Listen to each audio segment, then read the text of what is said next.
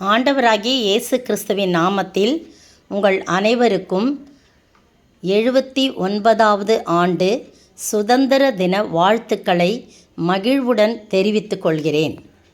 இன்றைய மன்னா, பொய் உதடுகள் கர்த்தருக்கு அருவருப்பானவைகள், உண்மையாய் நடக்கிறவர்களோ அவருக்கு பிரியம்.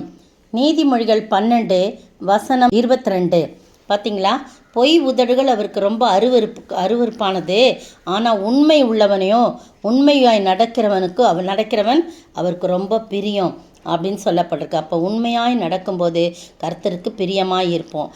என்னாகமம் 12:7 மோசே என் வீட்டில் எங்கும் உண்மையுள்ளவன், கர்த்தருடைய சிநேகிதன் என்று அழைக்கப்படுறான். பார்த்தீங்களா, அவர் உண்மையுள்ளவனாக இருந்தப்பனால கர்த்தருக்கு பிரியமானவனா, சிநேகிதன்னா பிரியமானவன் இல்லையா, பிரியமானவனாக இருக்கிறான்னு சொல்லப்படுது. எபிரேயர் 3:2 கூட கர்த்தருக்கு பிரியமானவன் என்று சொல்லி மோசே பேர் பெற்றான். அதை காட்டிலும் இயேசு கிறிஸ்து மிகவும் பிரியமானவராக இருந்தார். மோசே தேவனுடைய வீட்டில் எங்கும் உண்மை உள்ளவராக இருந்தது போல இவரும்னா ஆண்டவராகிய கர்த்தர், இவரும் தம்மை ஏற்படுத்தினவருக்கு உண்மை உள்ளவராக இருக்கிறார். பார்த்தீங்களா, ஆண்டவருக்கு பிதாவாகிய தேவனுக்கு உண்மை ஆண்டவராகிய இயேசு கிறிஸ்து, கர்த்தராகிய இயேசு கிறிஸ்து உண்மை உள்ளவராக இருக்கிறார் என்று சொல்லி போடப்பட்டிருக்கு. நீதிமொழிகள் 28:20 உண்மையுள்ள மனுஷன் பரிபூர்ணமாய் ஆசீர்வதிக்கப்படுவான் அப்படின்னு சொல்லி சொல்லப்பட்டிருக்கு. பாருங்கள், தாவீத குறித்து சவுல் ராஜாவுக்கு யார் சொல்கிறான்னா, அகிமெலேக்கு சொல்கிறான், தாவீதாலே ராஜாவுக்கு மருமகனும் உம்முடைய கட்டளையின்படி செய்து வருகிறவனும் உம்முடைய வீட்டில் கனமுள்ளவனுமாய் இருக்கிற உண்மையுள்ளவன் நான் யார் இருக்க முடியும் என்று அகிமெலேக்கு சவுலிடம் கேட்குறத நம்ம பார்க்குறோம். இப்போ தாவீதை குறித்து எவ்வளோ உண்மை உள்ளவன்றதை அகிமெலேக்கு சொல்கிறான் சவுல்கிட்ட. தானியேல் 6:4 பார்த்தீங்கன்னா, தானியேல்கிட்ட தப்பு கண்டுபிடிக்கணும்னு நினைக்கிறாங்க, ஆனால் அவங்ககிட்ட எந்த விதமான தப்பும் கண்டுபிடிக்கவில்லை. அதில் 6:4 அவன் உண்மையுள்ளவனாய் இருந்தபடியால் அவன் மேல் சுமத்த யாதொரு குற்றமும் குறைவும் காணப்படவில்லை என்று சொல்லப்படுது. அப்போ உண்மையுள்ளவராக இருக்கும்போது கர்த்தர் அதில் பிரியமுள்ளவராக இருக்கிறார். ஒரு உண்மை சம்பவம் பாருங்கள். சூடான் தேசத்துலேருந்து அரேபியா தேசத்துக்கு வாலிபனுவரன் யூசப் என்று பெயர், அவன் ஆடு மேய்க்கும்படியாக இங்கே வந்திருக்கிறான். 400 ஆடுகள் அவனுடைய கையில் ஒப்புவிக்கப்படுது. அதை உண்மையும் உத்தமமாய் அவன் மேய்த்து வருகிறான். அப்படி இருக்கும்போது ஒரு பணக்காரர் தன் மகனோடு காரில் அந்த வழியாக வராரு. அந்த மகன் அப்பா எனக்கு ஒரு ஆடு வேணும் அப்படின்னு சொன்னோன்னே அந்த காரை நிறுத்திட்டு அவர் இந்த பையன்கிட்ட ஒரு ஆடு எனக்கு வேணும், ஒரு ஆடு விலை எவ்வளோன்னு 800 ரூபான்னு சொல்கிறான். அந்த ஆடு எனக்கு வேணும். அப்போ சொல்கிறான், ஆடு விலை 800 ரூபான்னு சொன்னேன், அதை விற்கவோ வாங்கவோ எனக்கு எந்த விதமான உரிமையும் இல்லை, அது என்ன எஜமானுக்குரியது அப்படின்னு சொன்னோன்னா, உங்கள் எஜமான் எங்கே இருக்கான்னா இந்த இடத்துல இருக்கிறாரு, அவர் என்ன பார்த்துக்கிட்டா இருக்க போகிறாரு, நீ தானே பொறுப்பு. 400 ஆடுல ஒரு ஆடு அவருக்கு கொடுத்தா தெரியவா போது, அவர் என்ன எண்ணிக்கிட்டா இருக்க போகிறாரு, அதனால் நான் அதை நீ எனக்கு கொடு, என் பையன் ரொம்ப ஆசைப்படுறான். இல்லையா, தயவு செஞ்சு மன்னிக்க வேணும், எனக்கு கொடுக்கப்பட்ட பணியில் நான் உண்மையாக இருக்கணும், அதனால் நீங்கள் எவ்வளோ ரூபா கொடுக்குறதா இருந்தாலும் நான் அந்த ஆடை விற்க மாட்டேன், அவருடைய உத்தரவு இல்லாமல்னு சொல்லுவோம். இதை கண்டு இதை பார்த்து ஒருத்தவங்க வீடியோ எடுத்துக்கிட்டு இருந்திருக்காங்க. அதை போய் அரேபியா அப்படியே வாட்ஸ்அப்பில் போடுறாங்க. அப்படியே பரவி அரேபியன் அந்த தலைவர்கிட்ட போயிடுது.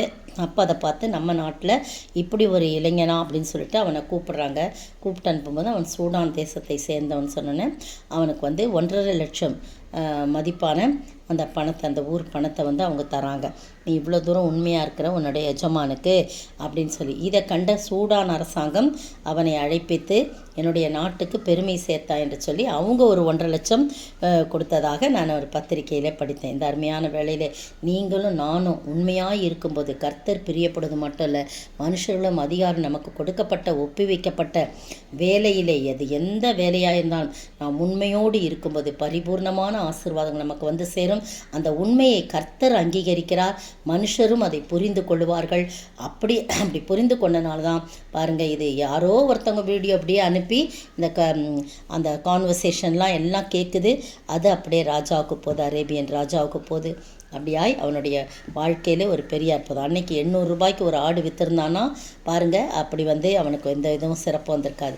அதனால் கர்த்தர் பிரியமாக இருக்கிறார். கர்த்தர் பிரியமாக இருந்தபடினால இந்த மகனை உயர்த்தினார். நீங்களும் நானும் கர்த்தருக்கு பிரியமாய் நடக்க வேண்டுமென்றால் அவருக்கு முன்பாக நாம் உண்மை உள்ளவர்களாய் காணப்படணும். எந்த சூழ்நிலையிலும் கர்த்தருடைய உண்மையை விட்டு நாம் என்ன பண்ணக்கூடாது, விலகவே கூடாது. அப்படி இருக்கும்போது கர்த்தர் நிச்சயமாக பிரியம் கொள்வார், நம்மை ஆசீர்வதிப்பார், நம்ம உயர்த்தார். அப்படிப்பட்ட ஆசீர்வாதங்கள் நாம் பெற்று வாழ ஆண்டவர் தாமே கிருபை செய்வாராக. ஆமென். சோதனையை சகிப்பவனே, சாந்தமும் உண்மையும் உள்ளவனே, ஜீவக்கிரீடம் பெற்றிடுவான், ஜோதியாய் பிரகாசிப்பான். தேவசித்தம் நிறைவேற எனையும் ஒப்படைக்கிறேன், தேவ சத்தம் என்னுள்ளம் பலமாக தோனிக்குதே. ஸ்தோத்திரிக்கிற ஆண்டவரே, துதிக்கிற ராஜா, உமக்கு முன்பாக நாங்கள் உண்மை உள்ளவர்களாய் காணப்படவும் அதன் மூலம் நீர் எங்கள் மேல் பிரியம் வைத்து எங்களை உயர்த்துகிறவராய் இருக்கிறீர். அதன்படி நாங்கள் வாழ நீர் உதவி செய்ய வேண்டும் என்று கர்த்தரும் மீட்பரும் ராஜாவுமாய் இயேசு கிறிஸ்துவின் விலையேறப்பட்ட நாமத்தில் ஜெபிக்கிறேன் பிதாவே, ஆமீன். நேற்றைய பதில், அரிமத்தியா ஊரான், இயேசுவுக்கு அந்தரங்க சீஷன், அவன் பெயர் யோசேப்பு. யோவான் 19:38. இன்றைய கேள்வி, தூதர்கள் மரியாளிடம் கேட்ட கேள்வி என்ன? இயேசு மரியாளிடம் கேட்ட கூடுதலான கேள்வி என்ன? தூதர்கள் மரியாளிடம் கேட்ட கேள்வி என்ன? இயேசு மரியாளிடம் கேட்ட கூடுதலான கேள்வி என்ன?